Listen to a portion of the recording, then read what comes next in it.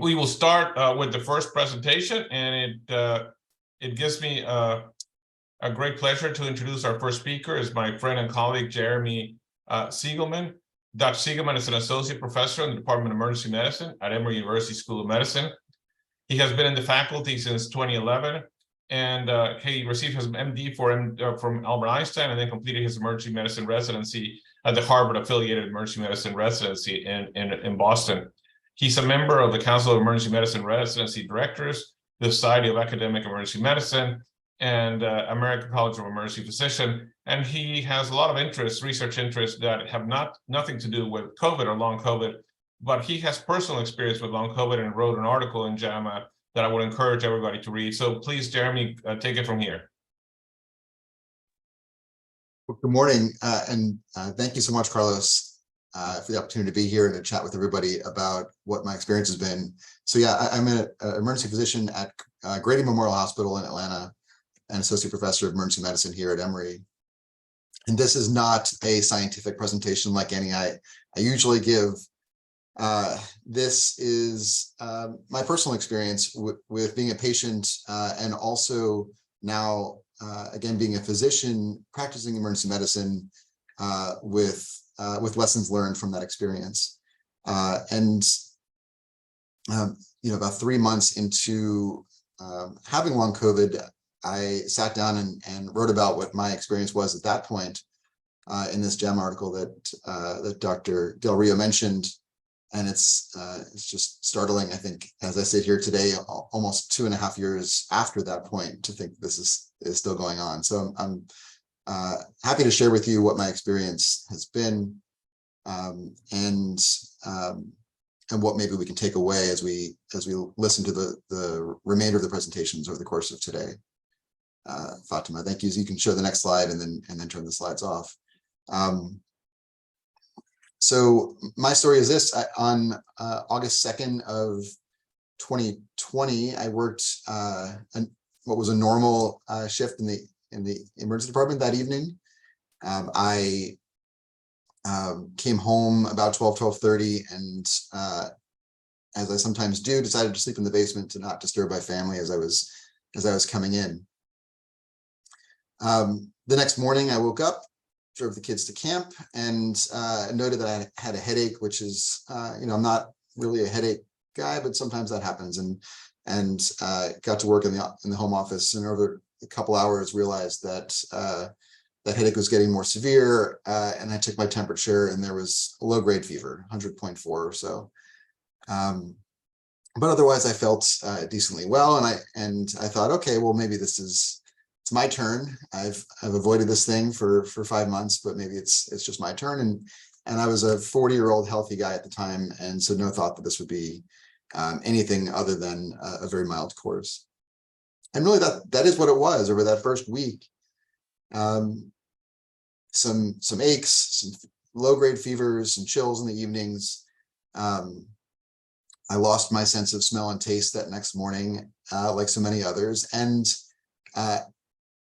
we were almost having fun with it. My kids made a taste testing plate for me that they left outside, and they looked down from above on the deck as I was tasting each thing, and the only thing on that plate that I could taste was Skittles. I guess it depends how much artificial taste there is in something.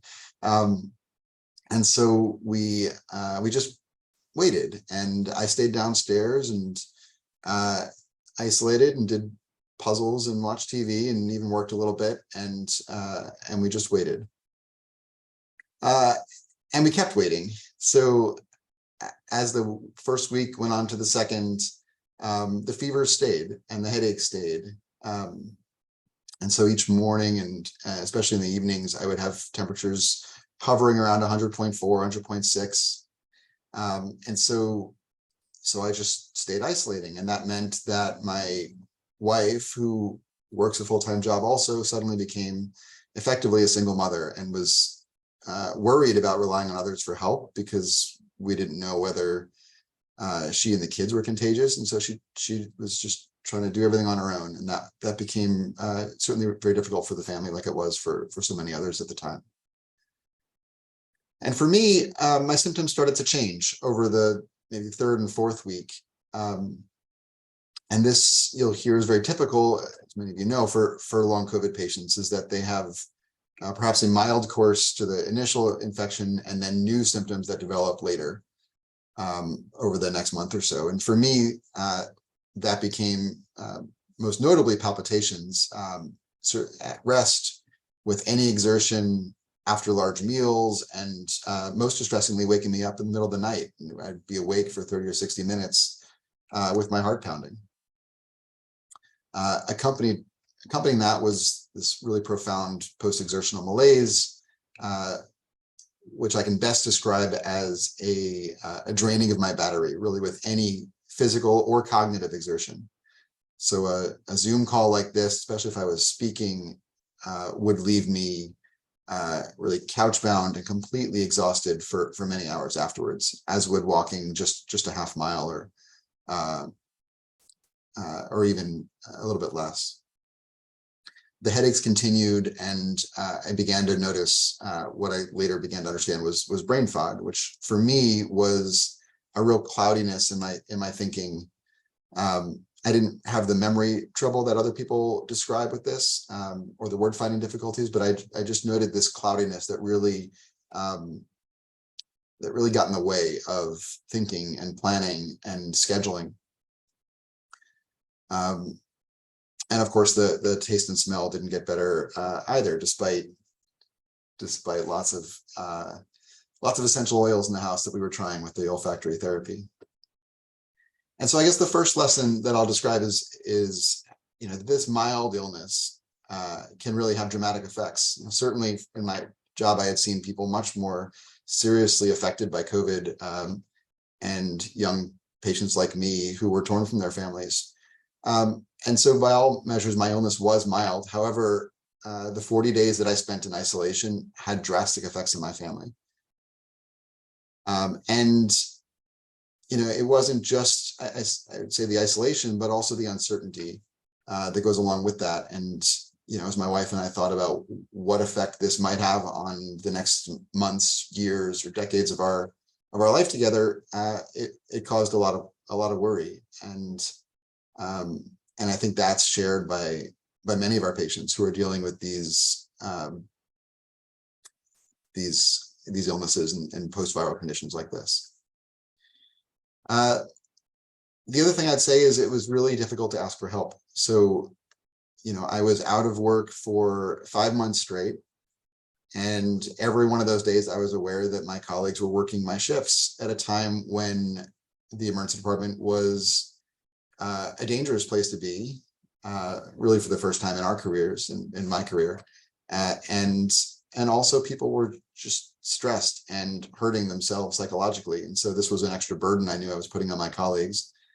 And it was hard for my wife and I to ask for help from friends to keep the house going and the kids continuing with their lives while I was really stuck on the couch. And that caused, for me, certainly a good bit of guilt.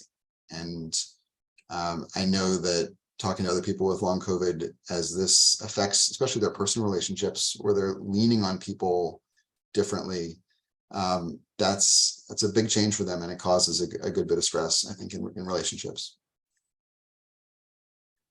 So again, I was out for 5 months of work. I came back in January of 2021 at just 4-hour shifts instead of 8 hours. And that led to ongoing overtime requests for my colleagues. And it wasn't until just this March of 23 that I've been able to return to full-time work.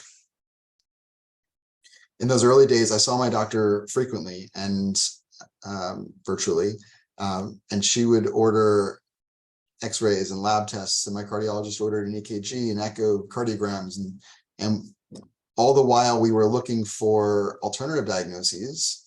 We were looking for any objective signs of where organ damage might be, and what we could dive into and actually treat. And I'll say that each time I waited for the results with some really profound ambivalence, right? I wanted everything to be fine. I wanted to be well.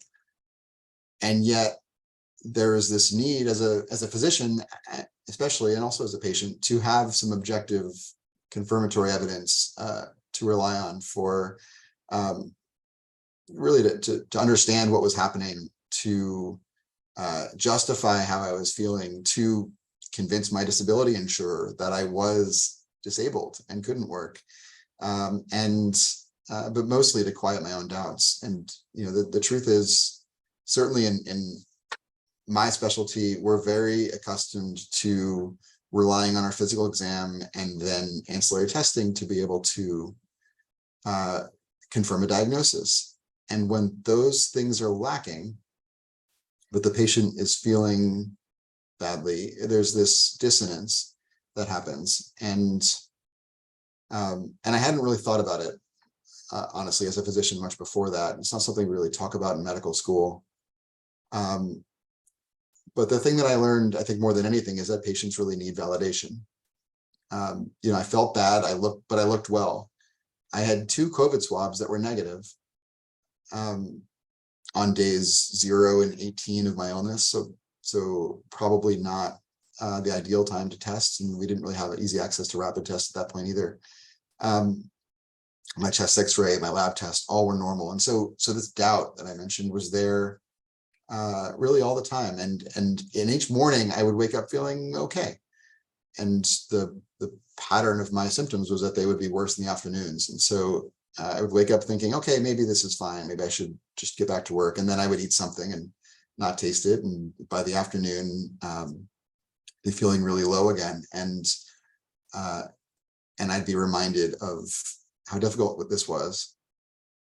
I should say it was really only I who caused that question mark for myself. My doctors, my spouse, my colleagues, my friends, all took it at face value. And that is not typical for long COVID patients. I was very fortunate that people believed me when I was looking so well and carried on trying to help me. So, as I reflect on patients that I've seen in the emergency department who had these invisible illnesses, people who were suffering with things that I couldn't test for or touch, I regret that that my language may not have always conveyed as much empathy and validation as those people needed. Because the reality is they came to me, especially in the emergency department, at a time of real hopelessness in a lot of cases, where they were having trouble finding validation from the physicians they had seen, or maybe we're having trouble finding a physician at all. Where I work is a safety net hospital, and it's not always easy for someone to be able to get to a doctor or to be able to take off work to get to a doctor. And I think that what many of my patients expressed to me, and what I know from talking to other people with long COVID, is that they're off this dissonance between a lack of objective testing and what a patient is suffering from, their symptoms. I think creates a need for physicians and healthcare providers to really bring more humility to the bedside, to understand that the lack of objective testing doesn't mean that there's nothing wrong physically with the patient, but perhaps that there's a test that we don't have yet, or an understanding about a disease process that we don't possess yet. And really then to offer the patient, at the very minimum, a simple statement of validation. I hear what you're saying, I see you suffering, and I want to help you get the care you need, even if I don't see it myself today with these tests that are available to me. And I think that would go a long way. Over those ensuing months, I was fortunate enough to be connected with a cardiologist who had expertise in dysautonomia at Emory, who recognized the growing population of post-COVID patients who had symptoms that fit with that, so POTS and other conditions. And together, I was happy to engage in this endeavor of trial and error with her.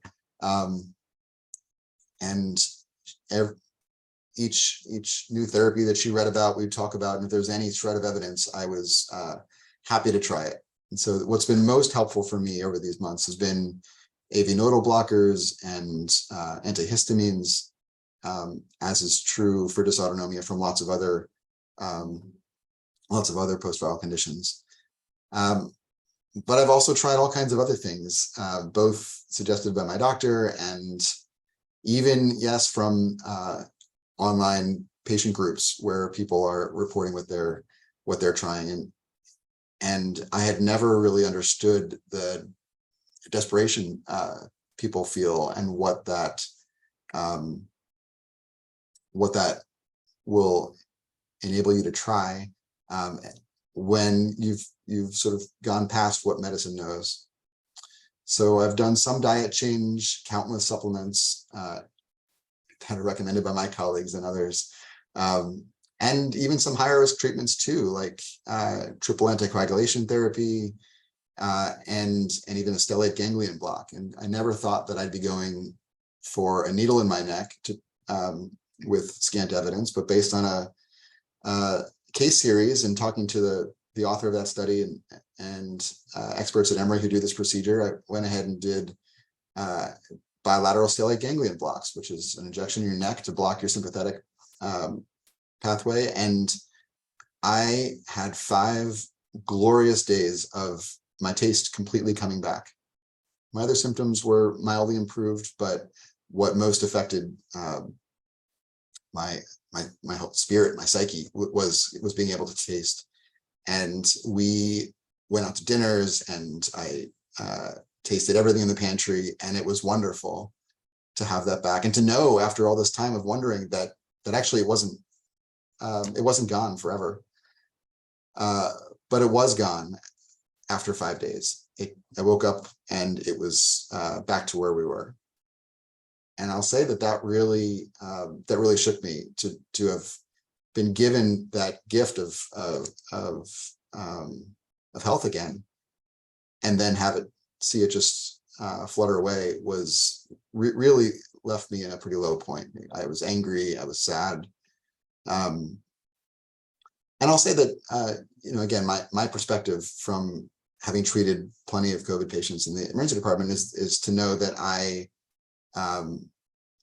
I'm lucky that this could have been much worse. And that has kept me positive for the most part throughout my illness. However, days like that, setbacks like that really do take me to some dark places. But the truth is, I am very lucky. And I would say that's my biggest takeaway. I had a basement that I could isolate in and not infect my family. They all went uninfected during that initial infection. I would say that my employer used a symptom-based approach for return to work, which is very unusual for most patients dealing with long COVID, especially those that aren't in my socioeconomic demographic. And I think that, not only that, I would say that, my doctors took me at face value, as I said, and that may be because I'm a physician, it may be because I'm a man. Probably it's because they're wonderful physicians and very compassionate, but I know that that's not the experience of so many around the world who are dealing with this. And, I have made significant improvements over these three years, thanks to these physicians, thanks to some medicines that I've been on. And certainly, though, this has changed my experience on caring for patients with invisible illnesses, and how I relate to them in the emergency department. And I, maybe I'm preaching to the choir for those who are choosing to come today, but I do challenge you listening today to consider my story the next time you treat someone with subjective symptoms that go along with a mild illness, which you may not be able to test for at the time. because it's probably not so mild for them. I'm happy to take your questions now. I look forward to talking some more throughout the day. Thank you very much, Jeremy. That was a perfect way to start this webinar. And I think, nothing like a personal perspective, a patient perspective, and you being a patient and a physician, I think it's a stark reminder to all of us about the realities that as physicians, we're not immune to diseases. We're not immune to also being a patient. And that gives us a very, very unique perspective. There are a couple of questions from coming from the audience. The first one says, as an emergency physician who treated COVID, and someone who has long COVID, how do you feel about the end of the masking mandates and the end of the public health emergency? Yeah, that's a great question. And I gotta say that I'm ambivalent like many. On the one hand, I'll tell you that I didn't mention this before, but I went to a medical conference last year, and myself and many of my colleagues were infected at that time. People weren't masking. I wasn't masking. We were embracing this sort of return to pseudo normalcy, and it set me back at least 6 months in my recovery. And in some ways, I haven't gotten back to where I was last April. And so I sort of have swung back then to, personally, to wanting to wear masks, especially when I'm in an indoor, densely populated environment. And I think that as subsequent speakers will talk about today, we know that repeated infections can lead to long COVID. We know that someone who had an initial infection that didn't result in long COVID on repeat infection is not protected then from developing long COVID. And the treatments we have and vaccines we have don't prevent it, though they may mitigate the risk. So I wish that the messaging was more that this is not over, that this is different than other infections that people routinely deal with. This is not just a cold. And I think those messages aren't being really said anymore because there's such fatigue in the community. And I get that. I'm fatigued too with wearing the mask. And frankly, I think I feel better when I'm not wearing one. But I just worry about the continued increase in, frankly, disabled people in the country who are losing productive years of their life from this. So Jeff, let me ask you about vaccines since you touched on it. So you had COVID, did you get vaccinated? Did you not? Has that helped in any way? Yeah, so I was infected in August of 20, and remembered vaccines for us at Emory became available in that December. And I was there that first week to get my shot, wondering, like many, whether that would help my symptoms. I certainly felt terrible after it. But once I recovered from that, no, it didn't have any effect, really, no long-term effect. And so I've had my 3 shots so far, and and there's been no benefit for me. Anecdotally, yes, I do know people that had long COVID and were improved afterwards. And I think some patient-led surveys have shown about a quarter of people will get better after a vaccine, but most don't change at all or get worse. What advice would you have to help clinicians differentiate between long COVID and patients looking for secondary gain? Yeah, and I think what I would take away from this is, again, this message of humility. I try to take patients at face value. And so if they're coming to me and they're expressing suffering and they're describing symptoms that I can't see, I will take that at face value. And I'll tell you that, I speak from a position, perhaps of privilege as an emergency physician, in that I'm not the one who has to make that decision in the end. What I'm offering these patients in my practice usually is connections to others and to resources. And I'm not the gatekeeper of things like disability insurance and others, or long-term work notes, let's say. But I would say that the vast majority of patients are in my practice have been very, very forthcoming and straightforward. And if a couple people benefit, frankly, alongside who don't merit it, alongside many others who really do need your help, then that's probably a risk worth taking. So Jeff, somebody's asking, can you share where you found some of the patient groups that you found helpful for you? Did you find them in social media? Are there some resources that we should all be looking into? And if you're willing to share later, that'll be great.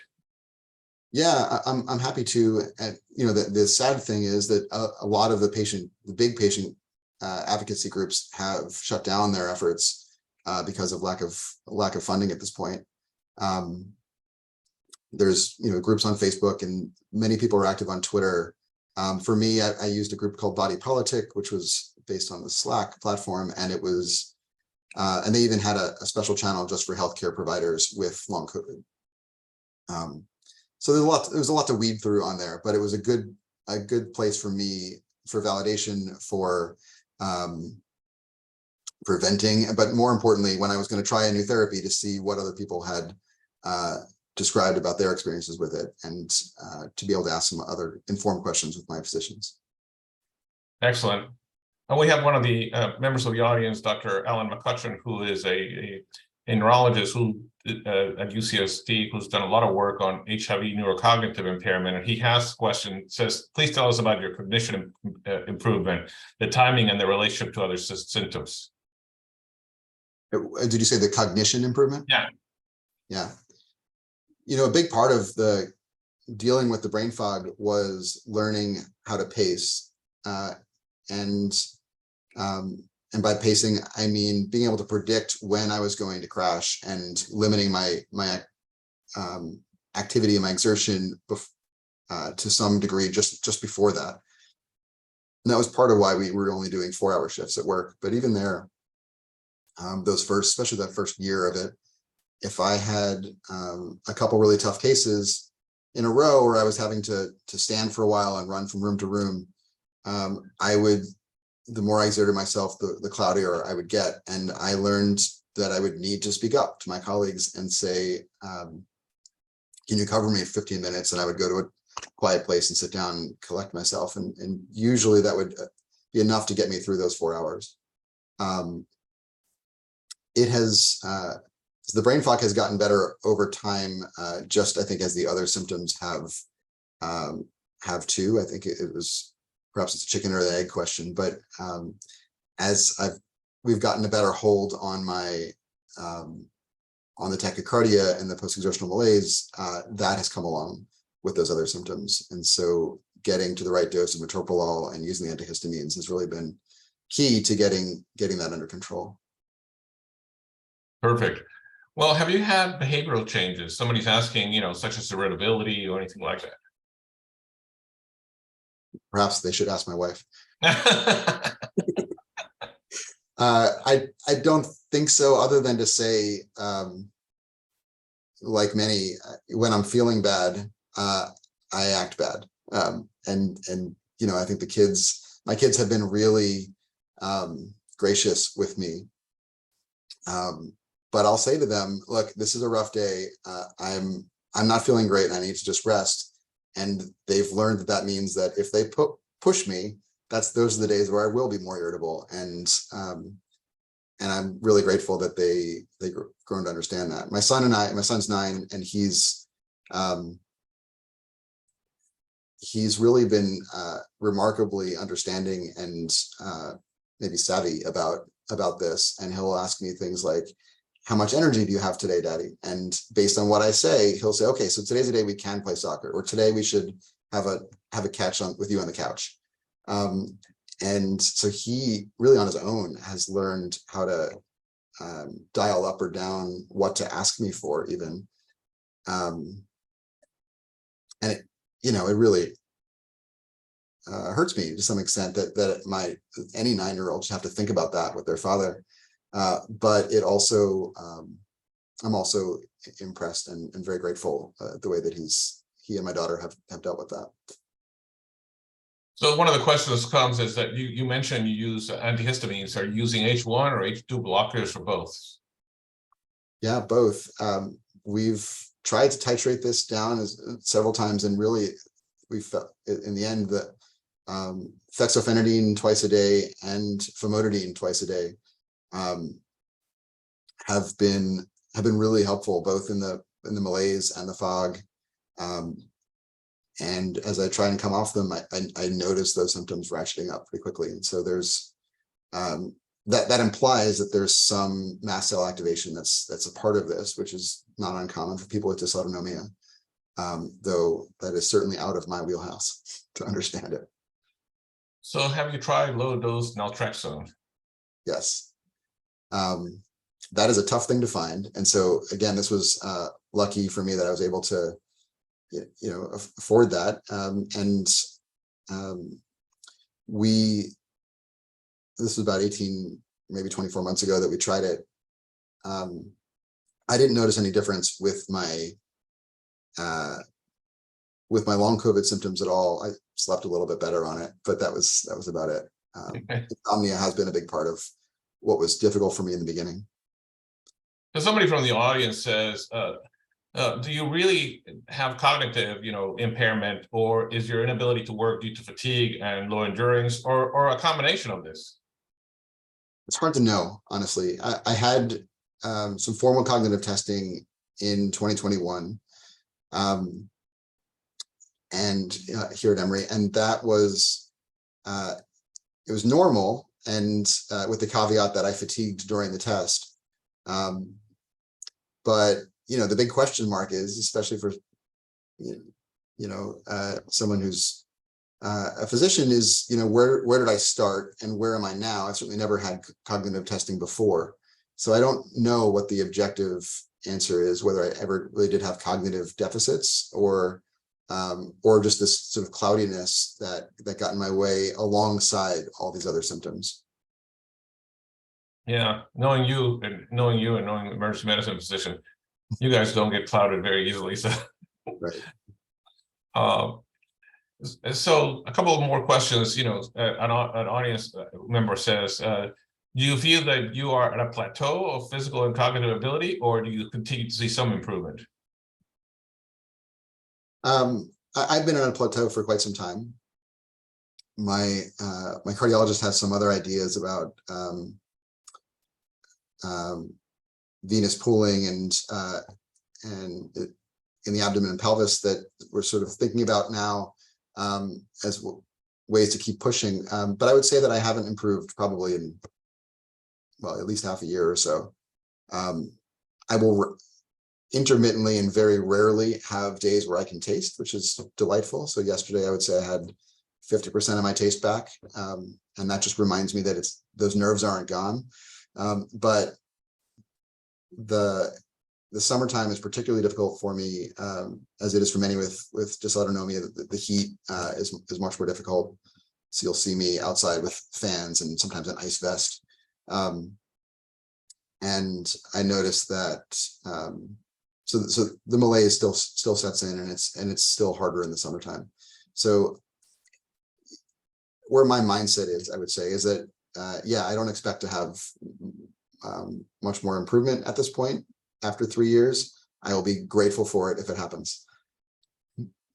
Well, listen, thank you very much.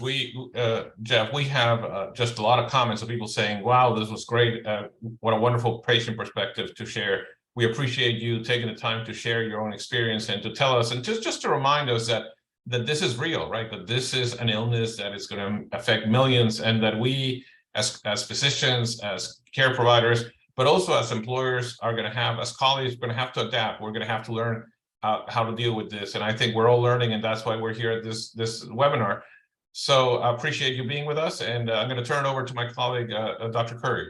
Yeah, thank you. And before you go, Jeff, I just wanted to ask one other question, just from your perspective, as somebody who's experiencing this and working in a healthcare system. You mentioned a cardiologist, different physicians. What do you think the ideal model of care is? And do you feel like you've been able to, or your institution has been responsive to developing that for people who are experiencing long COVID?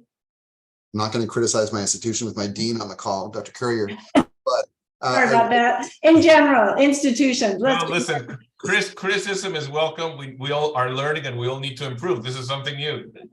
What I will say is my doctors have connected me themselves with each other spoke that I've needed. And I think for many patients, I think the ideal way to do this would be to start with a physician that understands the whole picture of long COVID, who then can make those connections, knowing that that long COVID is not a single entity, but rather many different phenotypes that, or maybe even different diseases that, so we won't all need the same resources.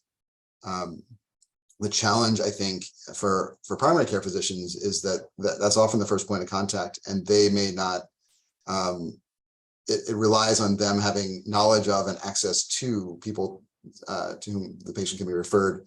And my wish would be that everyone would have access to some center of excellence that understands the big picture and then can make those connections. Thank you so much for sharing today. It's really been very impactful. Pleasure. Okay, we're going to move on.